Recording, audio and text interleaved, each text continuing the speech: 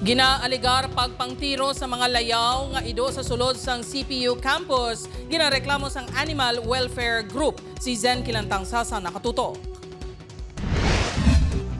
Nagtugas ang pagkabalaka sa pila ka estudyante sang Central Philippine University ang nasaksihan ng pagpangluthang patay sa pila ka ido sa sulod sang campus sang Central Philippine University.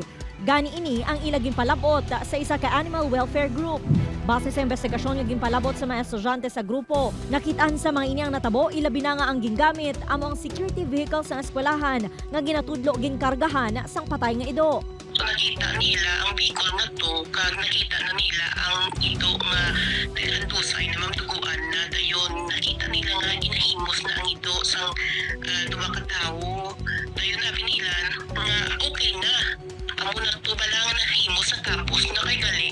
Dayon may ginatag naman sila nga food nga paila-ila guro bala sa guro sa mga nabilin pa nga duwa. Ang insidente ang nagtugaman kahadlok sa mga estudyante suno kay Duriman. Very delikado gid kay ti. Also sa natabo nga na shooting, pwede man sila madamay bala in case may mga stray bullet, bala kung may mga tao malapit sa area.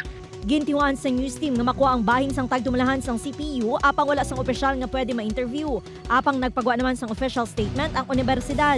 Sunod sa tagdumalahan, nakalabot na sa ila igtalupangod ang insidente nga natabo sang May 29 sang gabi. Base sa statement, hugot naman nga ginakondenara sa universidad ang pagmaltrato sa kasapatan.